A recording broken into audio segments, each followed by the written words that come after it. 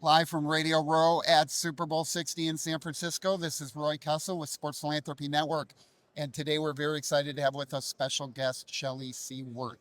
So Chellee is with Capture Sports Marketing out of the Milwaukee area and does amazing, incredible events for the athletes that she works with. So Chellee, thank you for being here with us today. Thanks for having us. We're excited to learn more about some of the things. I know we follow the events closely. You always have big productions going on and a lot of top tier athletes. So tell us some of the things that you've got in the works right now.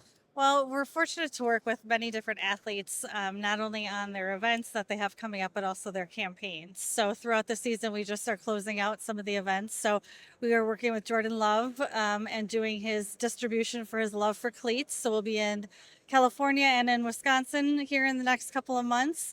We're also working on an event with MLB for the All-Star Weekend with Integrity 9. So we will have that. And then just being able to launch some of these year-round campaigns with the athletes. And we have two foundations that are launching in the next couple of weeks. Well, what's always amazing to me is people think that this stuff just happens with a snap, Yes. that it's easy, Yes. right? That number one, launching a foundation is easy. Number two, executing the events is just like, roll out a few cleats and throw them out at the kids. So let's go through one of the events. You talked Yeah. about Jordan Love, Yes. right? He's had a great start to his Packer career.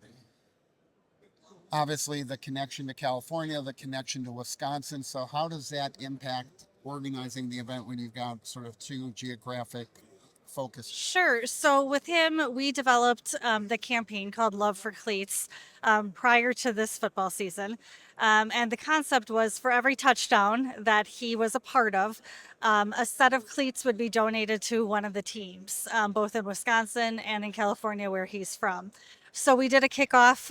We were working with US Venture on this campaign and did a kickoff. And then throughout the whole season, we were able to track it and be able to put up on social media and receive many different applications throughout it. So now that the season is done, we're on more of the fulfillment side of things. And that's the fun part, right? We get to go and go with him and hand out all of these cleats. There's going to be over 2,000 cleats handed out to these kids. So for us, it's the media, right? It's the PR, it's the social media, it's developing that campaign, it's the logo, it's the graphics, it's coordinating with which teams are going to be getting those. So it is more than just handing out cleats. And you mentioned something interesting because you talk about 2,000 pairs of cleats. Obviously, he didn't throw for 2,000 touchdowns. Correct. So how does that number come about? And then how do you look at the process of deciding which eligible areas are actually receiving the cleats? Sure. So the 2000 is from for every touchdown that he was a part of, a team gets it. So it could be a football team, it could be a soccer team, it could be a softball or baseball team.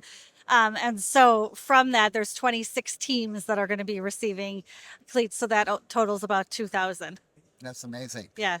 And so, who are some of the partners that you work with? Obviously, some of the equipment and apparel and shoe manufacturers Sure. probably So partner with you. taking into account who his exclusives are, so we're able to work with his exclusives to receive some discount for it. And then, like I said, U.S. Venture is part of this campaign from a national level to help us push it out and help us underwrite some of the costs with it.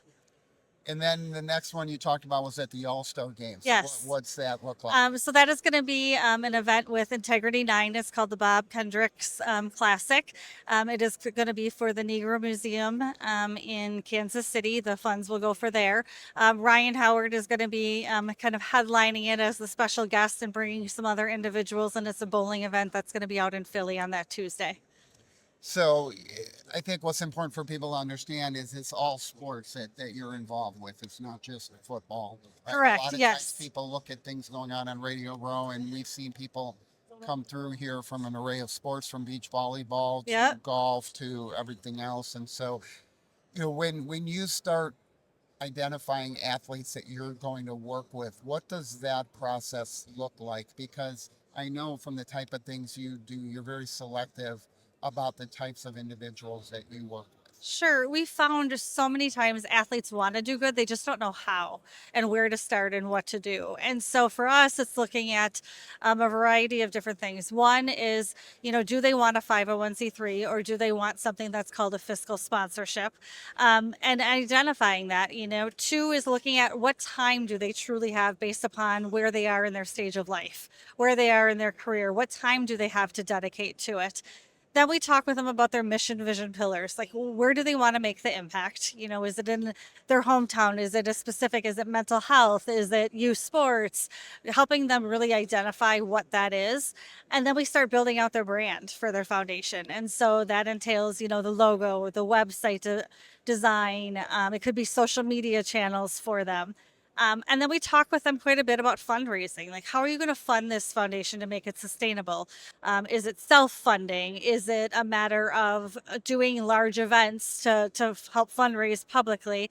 Is it doing some of these campaigns? Is it applying for grants? What does that look like?